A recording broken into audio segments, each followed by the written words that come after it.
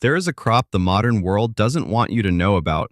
A crop that never dies, never needs replanting, and quietly returns every year even if you try to get rid of it. It survives cold that kills wheat, drought that destroys corn, and winters that wipe out entire harvests. It grows without permission, spreads on its own, and cannot be patented, owned, or controlled. For generations, it fed starving families, until someone decided it was too powerful to exist. Today, most people have never even heard its name, and that silence is not an accident. In the next few minutes, you'll learn why this plant could feed millions, why governments erased it from fields, why corporations fear its existence, and why climate scientists are quietly bringing it back before it's too late.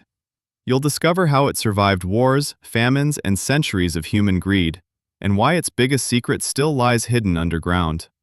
Because the truth is simple, a forgotten crop buried beneath your feet may be the future of food. The forbidden plant that breaks the rules. It begins with a plant that doesn't follow the laws of farming, a plant that refuses to die, even when every other crop around it collapses. Once you plant it, it takes the land as its own, growing back every year, spreading through the soil like a living memory, and producing food without a single seed packet ever being bought again. Where potatoes surrender to frost, this plant keeps pushing upward. Where wheat collapses in freezing winds, its roots stay warm underground, quietly storing energy, ready to rise the moment winter loosens its grip. And when the harvest comes, the numbers speak for themselves. More calories per acre than potatoes, more resilience than corn, and more survival power than anything modern farming depends on. But this strength comes with a problem, not for nature, but for us. Because a plant that grows forever, a plant that feeds people for free, a plant that cannot be patented, owned, regulated, or controlled, is the kind of plant human systems always try to destroy. What thrives without profit is what humanity destroys. The forgotten history they don't teach you. Long before maps, borders, or empires, this plant already had a place in the stories of the first people of North America. To the tribes of the Great Lakes and eastern woodlands, it wasn't just a crop, it was a gift. The Iroquois told a legend of Earth Woman, a mother who died giving birth to twin sons, Sapling and Flint. From her feet, the first sun roots grew, a symbol of sacrifice, protection, and the promise that no one would face winter alone. To them, this plant was not simply eaten, it was honored.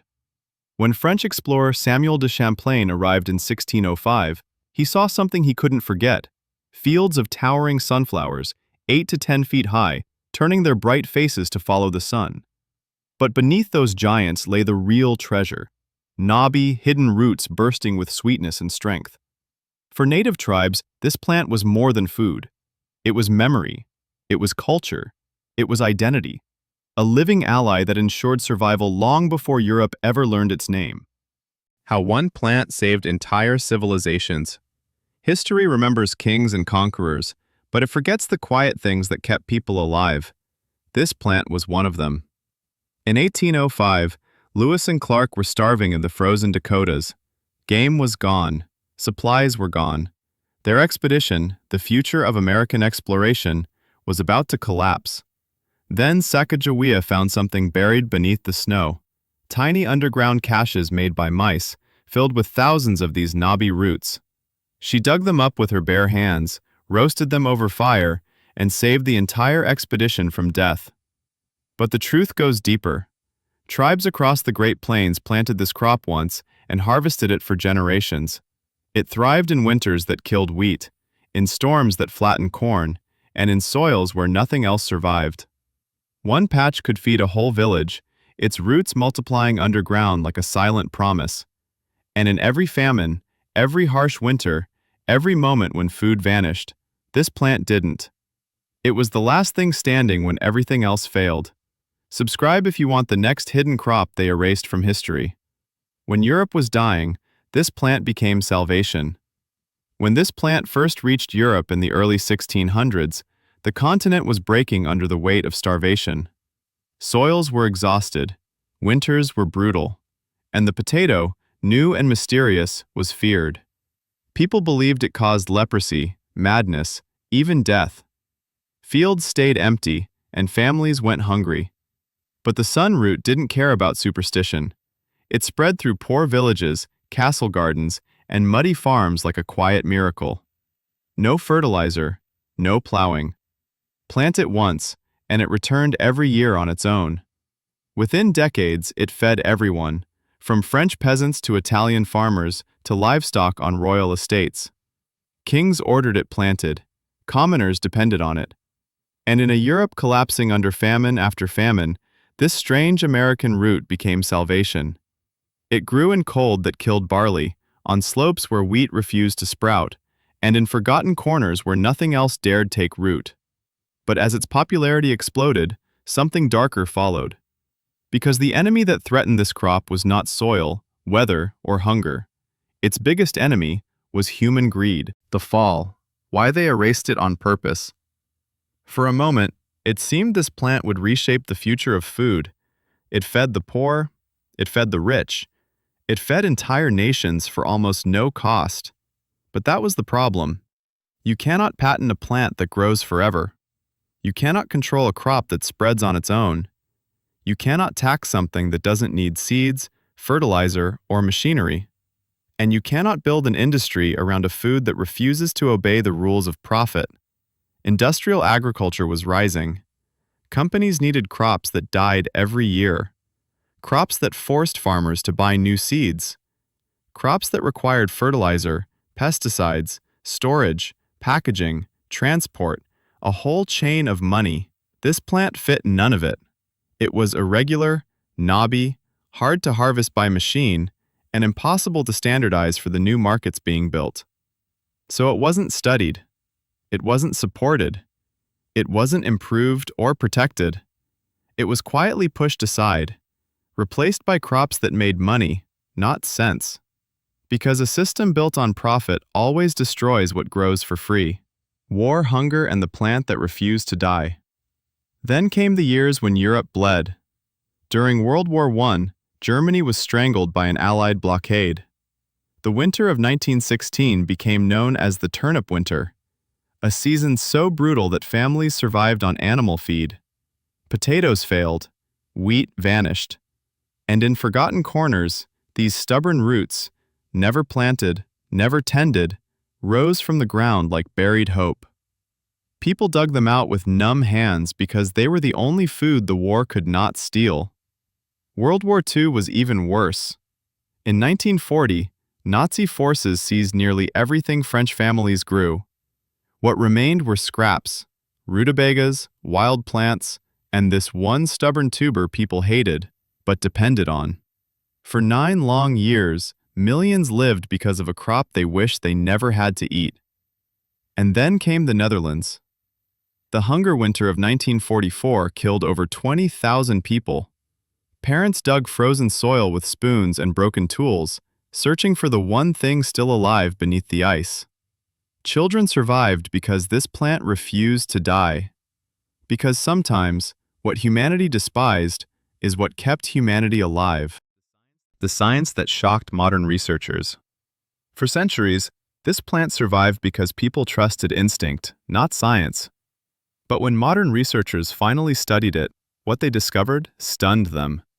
Inside its knobby roots lies one of the richest sources of inulin on Earth, a natural fiber that passes through the stomach untouched and becomes food for the gut's strongest defenders, bifidobacteria.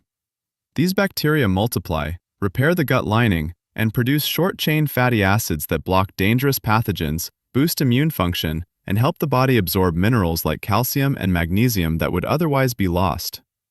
Unlike potatoes, this plant doesn't spike blood sugar. Its inulin breaks down slowly, giving diabetics steady energy without a crash. Some even reported needing less insulin after adding it to their diets. And it doesn't just heal people, it heals land. Its deep perennial roots loosen compacted soil, prevent erosion, and restore dead fields without a single plow. The more scientists study it, the more shocking the truth becomes. The science modern doctors praise was already known by ancient tribes. The return, why climate scientists are quietly growing it again. Today, as the world's major crops struggle against rising heat and violent storms, scientists are turning back to the one plant that never asked for help. It survives drought that scorches wheat, It survives floods that drown soy. It survives freezing cold that kills potatoes. And in the harshest fields, where corn gives up first, this plant can still produce more food with a fraction of the water. That resilience has caught the attention of climate researchers. In test plots across North America and Europe, they're studying it as a model for future food systems, a crop that can grow where nothing else will, a crop that heals soil instead of destroying it, a crop that doesn't depend on corporations, fertilizers, or fragile supply chains. Quietly, almost secretly, they're planting it again in the very lands that once erased it. Not because it's fashionable, but because they know something we forgot. If the world collapses tomorrow, this plant won't. It will still be there, waiting underground, ready to feed whoever remembers how to look for it. Here is the truth almost no one says out loud. This plant was never lost. It was buried. Not by weather, not by pests, not by nature, but by systems that fear anything they cannot control. Perennials like this one are a threat to profit. They don't force farmers to buy seeds every year. They don't need fertilizers, pesticides, or corporate supply chains. They don't obey markets. They don't follow economic rules. They simply grow, feeding whoever is willing to bend down and pull them from the earth. Free food is dangerous to a world built on dependence. A crop that returns forever challenges the idea that survival must be paid for. It represents something far bigger than nutrition: sovereignty, independence, freedom. And that is why it was erased from fields, from markets, from memory. Because in every society built on control, one truth remains: what grows without permission is always the first thing they destroy. In the end, we didn't lose this plant. We simply forgot it. And forgetting is not the same as losing, because anything forgotten can be remembered again. It still waits beneath the soil, quiet, patient, unchanged, ready to return the moment someone chooses to plant it once more. If you want the next vault opened, subscribe. Every like, every comment keeps these forgotten stories alive and protects the knowledge they tried to erase. The next chapter is waiting, and it's closer than you think.